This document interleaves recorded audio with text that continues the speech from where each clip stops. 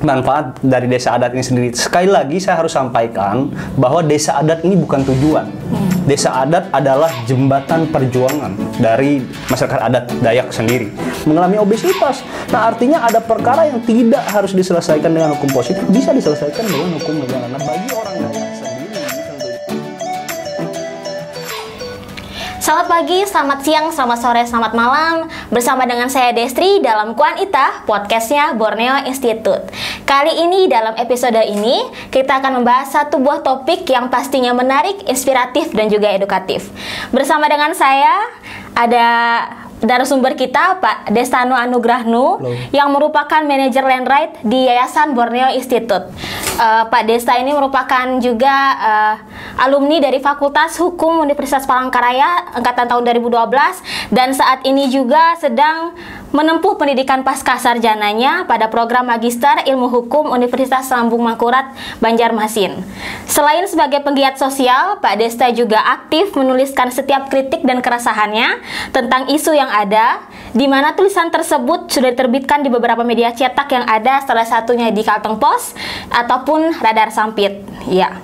Baik Pak, topik yang akan kita bahas saat ini adalah desa adat. Topik yang seharusnya memang patut untuk diperbincangkan, untuk memberikan informasi, guna juga memberikan edukasi ke masyarakat. Dan untuk memulai bincang-bincang kita hari ini, saya ingin bertanya pertanyaan pembuka kepada Bapak. Apa itu Pak desa adat? Baik, terima kasih untuk pahari saya Destri dan teman-teman tim. Saya akan berangkat dari terminologi dari desa adat itu sendiri sebagaimana yang dijelaskan di dalam regulasi yang mengatur tentang desa adat. Desa adat adalah kesatuan masyarakat hukum yang baik secara histori geografis maupun genealogis tergabung di dalam suatu wilayah. Oleh karena itu, desa adat diberikan kewenangan untuk mengatur dan mengurus berdasarkan hak asal-usul. Itu secara terminologi tentunya. Tetapi lebih secara sederhana, apa itu desa adat? Itu yang dimaknai oleh saudara-saudara kita di Katingan, Kahayan, Rungan, Manuhing, Kapuas dengan nama Lewu. Apa yang dimaknai oleh orang Maanyan sebagai tumpuk, apa yang dimaknai oleh orang Lawangan sebagai ja, apa yang dimaknai oleh orang Bakumpai sebagai lebu, apa yang dimaknai oleh orang dari Dayak Siang sebagai lowu. Nah, ini yang sebenarnya desa adat yang sudah sedari lama dikenali oleh masyarakat adat suku Dayak. Secara sederhana demikian kira-kira. Oke Pak, saya ingin bertanya lagi Pak, ini tujuan dibentuknya dari desa adat itu sebenarnya apa Pak? Saya juga penasaran. Baik, upaya yang kita lakukan pada saat ini untuk mendorong desa adat adalah bertujuan tentunya untuk melakukan rekonstruksi di dalam kebudayaan masyarakat adat Dayak itu sendiri tentunya. Nah, kita tentu tahu persis tidak lama lagi kita akan memasuki pada ulang tahun bangsa ini ke 76 tahun. Nah, sampai sejauh ini kan belum ada payung hukum atau regulasi yang mengatur pada tingkat nasional atau undang-undang lah kira-kira begitu bahasa hukumnya yang mengatur terkait pengakuan perlindungan masyarakat adat. Nah, itu yang kita lihat, desa adat memungkinkan sebagai jalan alternatif untuk pengakuan perlindungan dari masyarakat hukum adat. Kenapa itu saya katakan? Karena secara jelas di dalam pasal 18B ayat 2 dari konstitusi kita mengatakan bahwa kesatuan masyarakat adat diakui saat eksistensinya masih ada. Nah, itu yang bisa kita interpretasikan dengan undang-undang desa, di mana di dalam ketentuan umumnya menyebutkan bahwa kesatuan masyarakat hukum.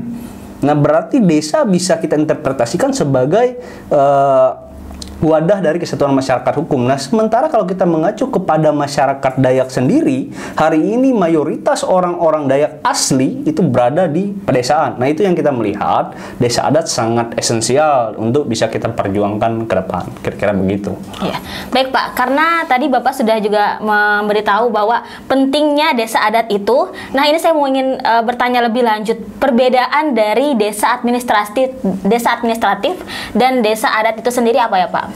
Baik, sebelum masuk kepada perbedaan, saya akan berangkat dari persamaan, kira-kira begitu, agar seimbang pemahaman yang bisa diinformasikan kepada teman-teman nantinya.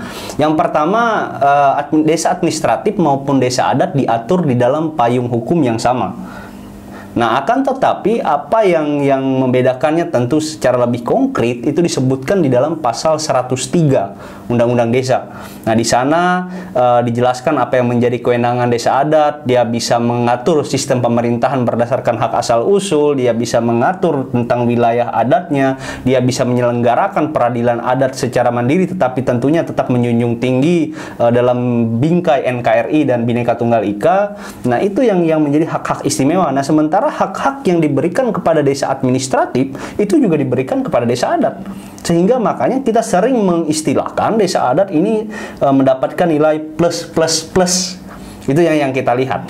Baik Pak, kita lanjut ke pertanyaan selanjutnya. Saya ingin bertanya, apakah ada peraturan yang mendasari, mungkin peraturan dasar aja ya Pak ya, untuk dibentuknya desa adat ini? Kalau ada mungkin bisa dijelaskan secara singkat kepada masyarakat yang menonton? Baik, terima kasih.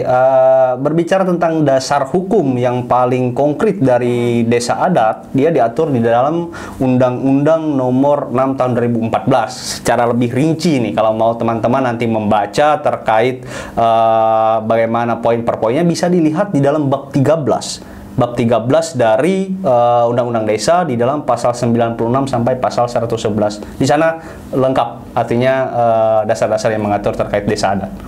Iya. Pertanyaan selanjutnya Pak, saya ingin bertanya dari apa tadi yang Bapak sudah sampaikan, manfaat yang bisa masyarakat dapatkan dari terbentuknya desa adat ini Pak, terkhusus ya untuk masyarakat Dayak, karena kita di tanah Dayak, dan mungkin itu terutama untuk masyarakat yang ada di pedesaan gitu Pak. Baik, berbicara manfaat, saya sudah sebenarnya sampaikan di awal tadi terkait dengan manfaat dari desa adat ini sendiri. Sekali lagi saya harus sampaikan bahwa desa adat ini bukan tujuan. Desa adat adalah jembatan perjuangan dari masyarakat adat Dayak sendiri. Nah, oleh karena itu, apa yang menjadi manfaat dari desa adat, dia adalah upaya untuk menyeberangkan masyarakat Dayak pada kemandirian dan kedaulatan dari masyarakat adat Dayak itu sendiri. Nah, bagaimana konkretnya? Misal dari hari ini banyaknya luasan lahan dan hutan yang dikelola oleh masyarakat adat Dayak yang tidak mendapat pengakuan dari negara karena misalnya berada dalam kawasan hutan. Nah, oleh karena itu desa adat bisa menjadi alternatif yang menurut kita memungkinkan masyarakat adat Dayak khususnya misalnya pada sektor pengelolaan kehutanan. Nah, bagi negara sendiri sebenarnya manfaat pentingnya kalau secara general kita lihat, misalnya hari ini tadi saya sudah sebutkan bahwa ada kemungkinan masyarakat adat untuk melakukan peradilan adat. Nah, artinya tidak perlu dibawa pada hukum positif. Kalau kita melihat data hari ini, bagaimana penjara, lapas, kalau sekarang lembaga pemasyarakatan mengalami obesitas. Nah, artinya ada perkara yang tidak harus diselesaikan dengan hukum positif, bisa diselesaikan dengan hukum negara. Nah, bagi orang Dayak sendiri, tentunya manfaatnya kita tahu hari ini, dia akan tentu memperkuat eksistensi dan kedaulatan masyarakat Dayak. Apa hak-hak yang tidak terakomodasi selama ini di beberapa regulasi yang lain, nah itu yang kemungkinan besar juga akan diakomodasi melewati desa adat. Itu yang manfaat yang konkret kira-kira. Baik Pak, diskusi kita cukup hari ini, tapi kita tahan dulu karena kita akan melanjutkannya di bagian kedua, karena kita juga akan memberikan kesempatan kepada penonton, pemirsa, masyarakat yang sedang menonton podcast kita tentang desa adat ini. Saya percaya pasti ada masyarakat yang memiliki pertanyaan mengenai desa adat, terutama masyarakat di tanah Dayak. Oke Pak, karena podcast ini akan kita lanjutkan di bagian yang kedua dengan diskusi yang pasti lebih terperinci lagi. Terima kasih Pak Desta atas kesempatannya. Terima kasih juga untuk pemirsa yang telah menonton podcast ini. Tetap jaga kesehatan dan jadilah masyarakat yang bijak, bermartabat dan berbudaya. Sampai jumpa di podcast selanjutnya.